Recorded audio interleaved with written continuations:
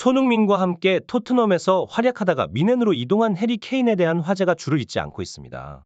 10월 A매치 기간 중 영국의 스포츠 매체 더부트룸은 케인에 관한 눈길을 끄는 소식을 전했습니다.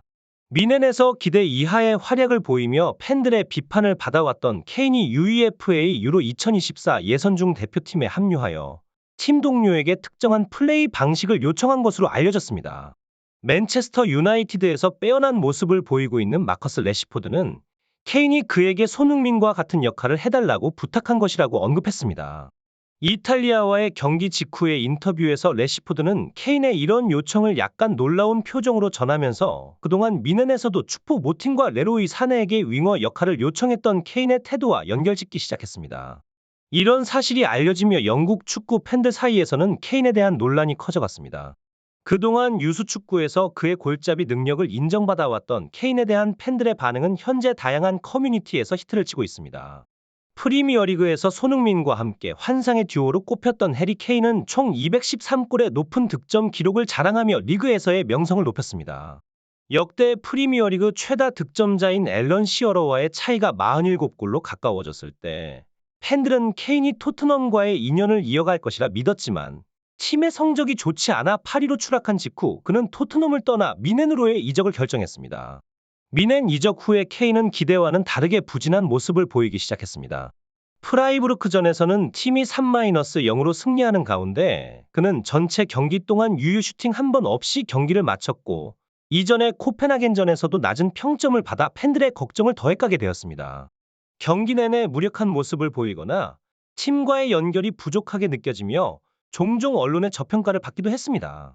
이와 반대로 케인의 전 파트너였던 손흥민은 토트넘에서 새로운 주장의 자리를 차지하며 리그에서 탁월한 활약을 펼치고 있습니다.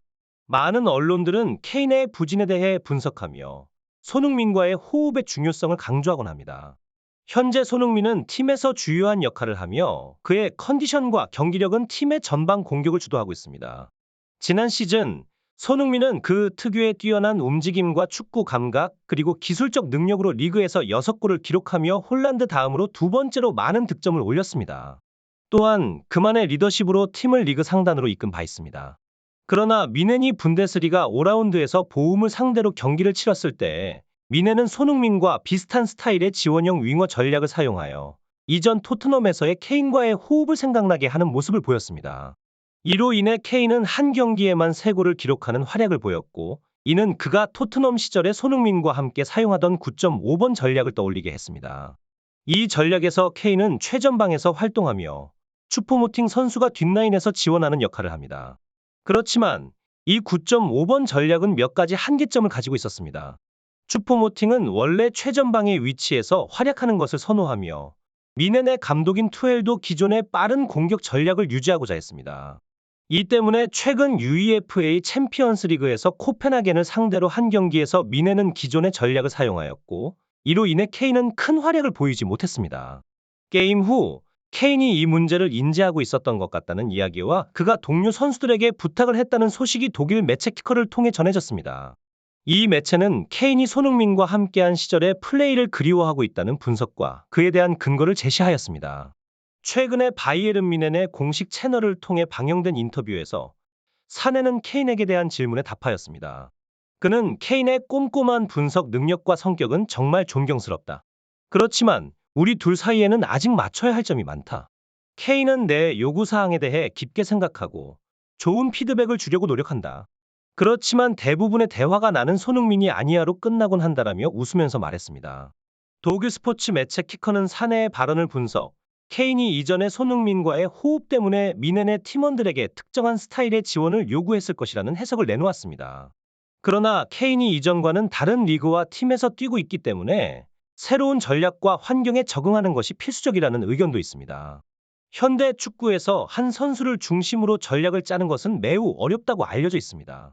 이는 토트넘에서 손흥민과 케인이 함께 했던 때의 특별한 전략이었고 다른 큰 클럽들에서는 이와 같은 전략을 사용하지 않았습니다.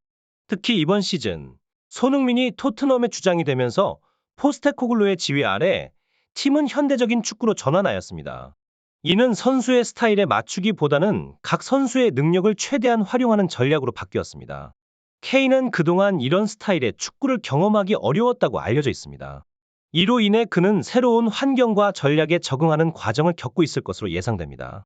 바이엘은 미넨에서의 초기 적응 과정이 케인에게 그렇게 순탄치 않았던 것으로 보였습니다. 그런데 지금 그는 다른 사건으로 논란의 불씨를 사고 있습니다.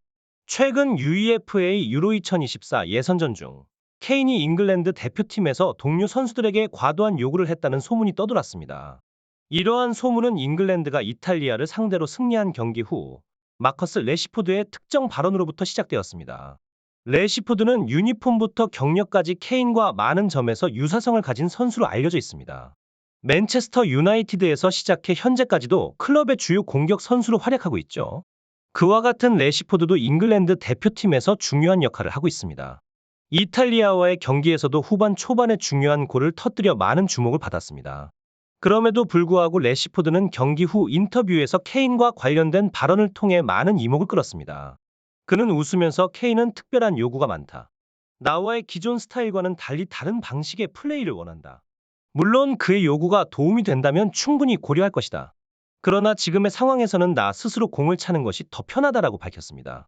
레시포드의 이러한 발언은 사내가 바이엘은 미넨에서의 케인에 대한 발언과 유사한 부분이 있어 눈길을 끌었습니다.